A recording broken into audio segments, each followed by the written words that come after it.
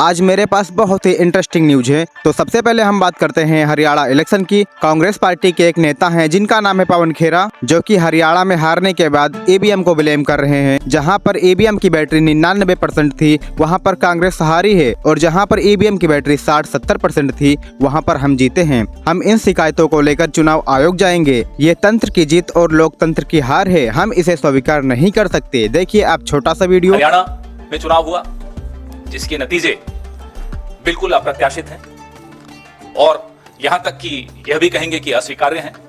जिस तरह की शिकायतें लगातार आ रही हैं, अभी हम जयराम रमेश जी और मैं जिस कमरे में बैठे थे वहां भी लगातार शिकायतें हमारे नारनौल के कैंडिडेट राव नरेंद्र सिंह हो गए या पानीपत के कैंडिडेट हो गए, 3 जिलों से हिसार, महेंद्रगढ़, पानीपत, यहां से लगातार शिकायतें आ रही कि कैसे बैटरीज जो मशीन की थी वो 99% थी, और जिन मशीनों की बैटरीज 99% थी उन मशीनों में नतीजा एक आया, हमें हराने वाला नतीजा आया, और जो मशीनें नहीं, जिनको छेड़ा गया, जिनकी बैटरी 60-70% जो स्वाभाविक है होनी चाहिए थी, उसमें हम जीत रहे हैं हमारे कैंडिडेट।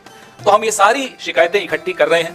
हमारे कैंडिडेट्स ने वहां रिटर्निंग ऑफिसर्स को शिकायतें दी हैं और दे रहे हैं अभी, लेकिन आने वाले कुछ दिनों में ये सारी शिकायतें लेकर हम चुनाव आयोग में जल्दी ही जाएंगे और अपनी शिकायत वहां दर्ज कराएंगे। इस तरह का नतीजा कहीं भी धरातल पे नहीं दिख रहा। आप लोग भी गए, हम लोग भी गए, सब घूम रहे थे।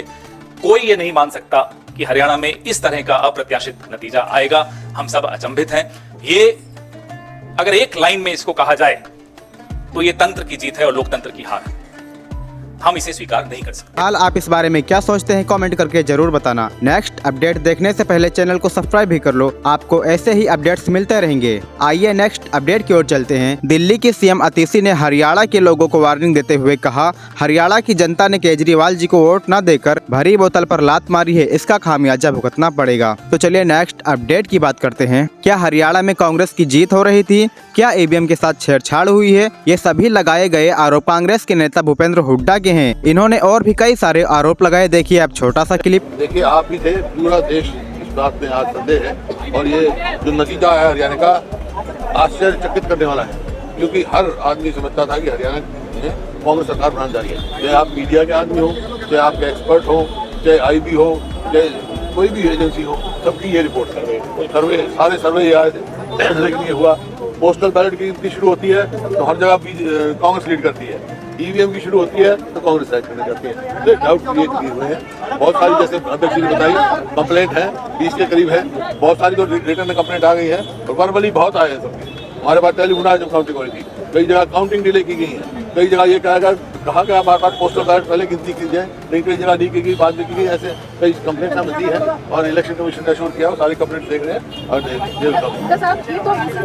फिलहाल आप इस बारे में क्या कहना चाहते हैं कमेंट करके जरूर बताना। तो चलिए नेक्स्ट अपडेट की बात करते हैं। हरियाणा के 2 निर्दलीय विधायक ने बीजेपी ज्वाइन कर ली है और ये दोनों इलेक्शन जीत कर आए हैं। एक जन का नाम है राजेश जून और दूसरे हैं देवेंद्र कादियान। तो चलिए नेक्स्ट अपडेट की बात करते हैं। झारखंड के चीफ मिनिस्टर ने अपने एक्स अकाउंट पर पोस्ट शेयर की और कहा, हरियाणा तो झांकी है, झारखंड अभी बाकी है। तो चलिए नेक्स्ट अपडेट की बात करते हैं। ओवैसी ने कांग्रेस पार्टी को लेकर बयान दिया और कहा, जब कांग्रेस जीत जाती है तब ईवीएम में कुछ नहीं होता, जब कांग्रेस हार जाती है तब ईवीएम में सेटिंग हो जाती है। जम्मू कश्मीर में इंडी गठबंधन जीता तो ईवीएम ठीक था, हरियाणा में भाजपा जीत गई तब ईवीएम खराब हो गया। अपनी असफलता पर पर्दा डालकर जनता को बेवकूफ बनाना कांग्रेस को बंद करना चाहिए। ईवीएम को ब्लेम करना तो बड़ा आसान है ना, वही ईवीएम से आप जीत जाते हैं और फिर अगर आप हार जाते हैं तो ये गलत बात है।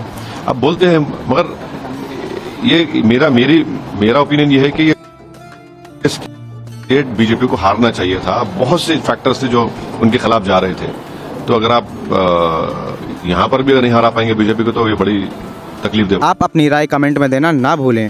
तो चलिए नेक्स्ट अपडेट की बात करते हैं। जाकिर नाइक ने एक बयान दिया और कहा, 100 साल का मुस्लिम व्यक्ति युवा अवस्था में आते ही किसी लड़की से शादी कर सकता है, भले ही वह 13 साल की ही क्यों ना हो। आप आपत्ति करने वाले कौन होते हैं? यह इस्लाम है। देखिए आप पूरा video. 112 years old guy got married to this 13-year-old girl. You can marry a woman the moment she gets matured. If she reaches puberty, you can marry. That is Islam. For a man, the moment reaches puberty till he dies, he can marry anyone. Choice is his. Who are we to object? He's willing and the woman is willing. But the man is 112 years old. Medical science tells us even a man of 112 years can procreate. No, he wants to marry a 13-year-old girl who has reached puberty. What is your problem? If a woman of 13 years old finds a virtuous man of 112 years, I would prefer. If I know he's virtuous, I would not mind giving my daughter. If I know that he's a virtuous man and will see to it that he takes my daughter to Jannah, I would not Lal, mind. आप इस बारे में क्या सोचते हैं comment करके जरूर बताना। तो चलिए नेक्स्ट अपडेट की बात करते हैं। कांग्रेस को लेकर पीएम मोदी ने कहा, मुसलमानों के अंदर इतनी सारी जातियां हैं, कभी कांग्रेस मुसलमानों में जातियों की बात क्यों नहीं करती? मुस्लिम जातियों की बात आते ही कांग्रेस नेताओं के मुंह पर ताला लग जाता है, लेकिन जब हिंदू समाज की बात आती है तो कांग्रेस इसकी चर्चा जातियों से ही शुरू करती है। कांग्रेस हिंदुओं की एक जाति को दूसरी जाति से लड़ाने का काम करती है। कांग्रेस हिंदू समाज में आग लगाने का काम करती है। आप देखिए पूरा वीडियो और वो क्या कहते हैं। उनको वोट बैंक के कन्वर्ट करो और वोट बैंक को मजबूत करो। कांग्रेस के एक भी नेता ने आज तक कभी नहीं कहा कि हमारे मुस्लिम भाई बहनों में कितनी जातियां होती हैं। मुस्लिम जातियों की बात आते ही कांग्रेस के नेता पर मुंह पर ताला लगाकर बैठ जाते हैं। लेकिन जब भी हिंदू समाज की बात आती है तो कांग्रेस उनकी चर्चा जाति से ही शुरू करती है। कांग्रेस की नीति है हिंदुओं की एक जाति को दूसरी जाति से लड़ाओ। कांग्रेस जानती है कि जितना हिंदू बटेगा उतना ही उसका फायदा होगा। कांग्रेस किसी भी तरीके से हिंदू समाज में आग लगाए रखना चाहती है ताकि वो उस पर राजनीतिक रोटियां सेकती रहे। भारत में जहां भी चुनाव होते हैं वहां कांग्रेस यही फॉर्मूला लागू करती है।